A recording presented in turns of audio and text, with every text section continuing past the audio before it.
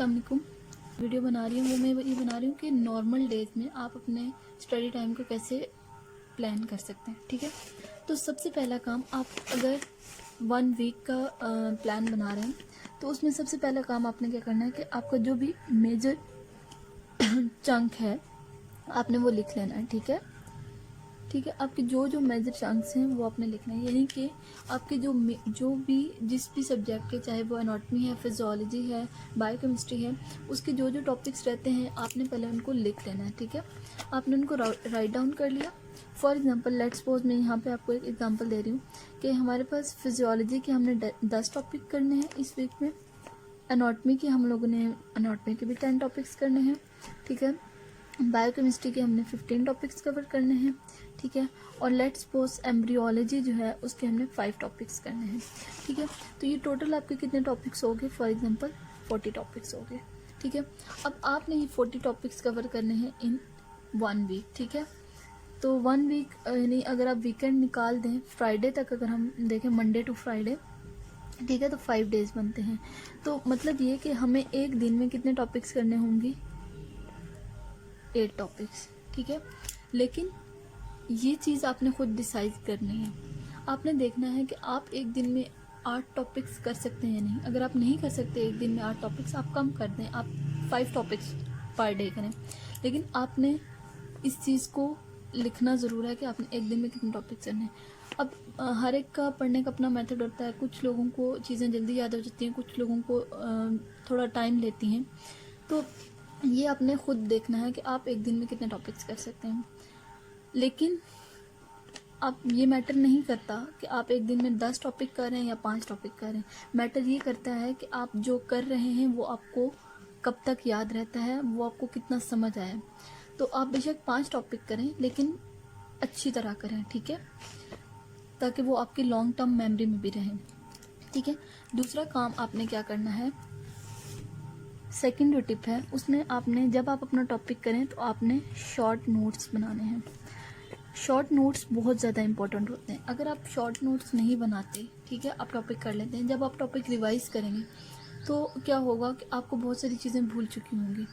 तो उसमें क्या होता है कि जब आपको बहुत सारी चीज़ें भूल जाती हैं तो आप दोबारा से बुक लेके बैठेंगे, दोबारा से आप टॉपिक पढ़ेंगे, आपका बहुत ज़्यादा टाइम वेस्ट होगा। तो जो आपके हैंडमेड नोट्स होते हैं वो बहुत ज़्यादा यूज़फुल होते हैं। तो जब आपने अपने ही हाथ से कुछ लिखे हुए नोट्स बनाए होंगे, तो अगर आप इवन उनको 2 मंथ्स के बाद भी खोलते हैं तो आप जब नोट्स को एक नज़र देखेंगे आपको सब कुछ समझ आ जाएगा। ठीक है, तो शॉर्ट नोट्स आपने मस्ट बनाने हैं। आप जो टॉपिक कर रहे हैं, आप एक दिन में 5 टॉपिक कर रहे हैं, 4 टॉपिक्स कर रहे हैं या 8 टॉपिक्स कर रहे हैं, जितने भी, उनके नोट्स आपने मस्ट बनाना है।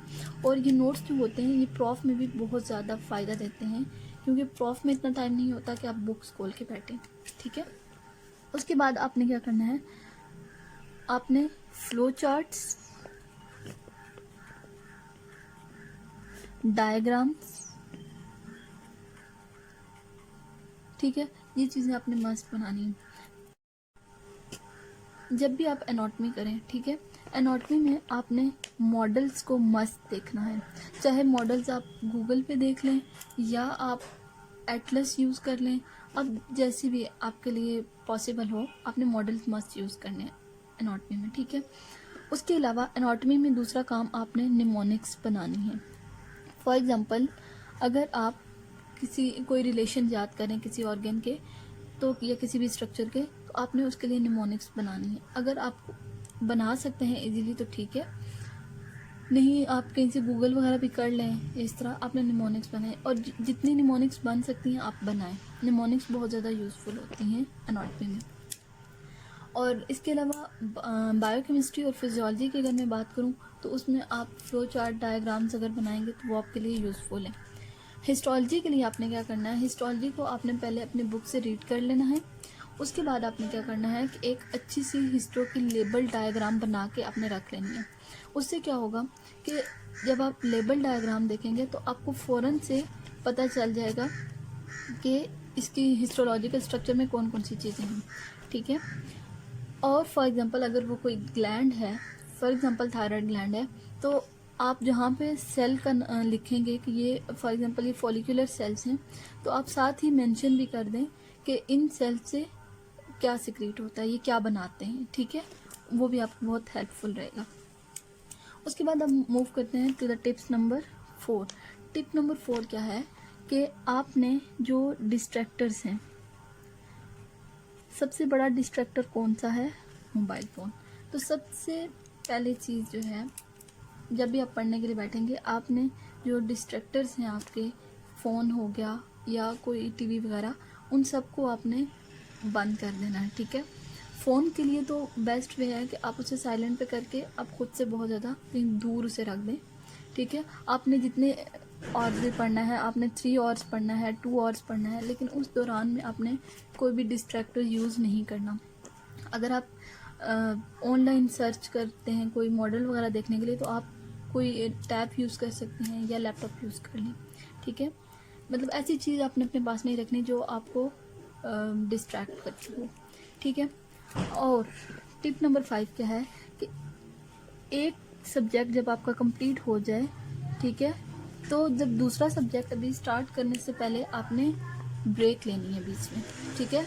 ब्रेक के बाद आपने फिर नेक्स्ट जो सब्जेक्ट है वो स्टार्ट करना है।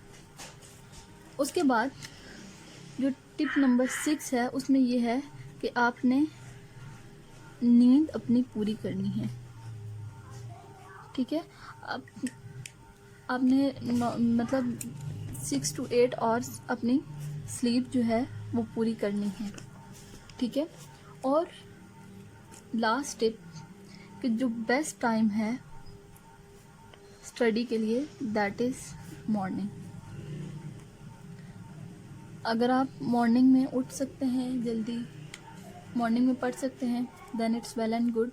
बट अगर आपको लगता है कि नहीं, मैं रात को या शाम में ही सही पढ़ सकती हूँ या पढ़ सकता हूँ, तो आप उसी टाइम पे पढ़ें। बट मेरे नज़दीक जो एक बेस्ट टाइम है पढ़ने का, that is morning. Thank you so much. मैं एक वीडियो और बनाऊंगी जिसमें मैं आपको बताऊंगी कि प्रॉफ्स में जो प्रेप लीव्स होती हैं उसमें आप अपनी प्रिपरेशन कैसे करें।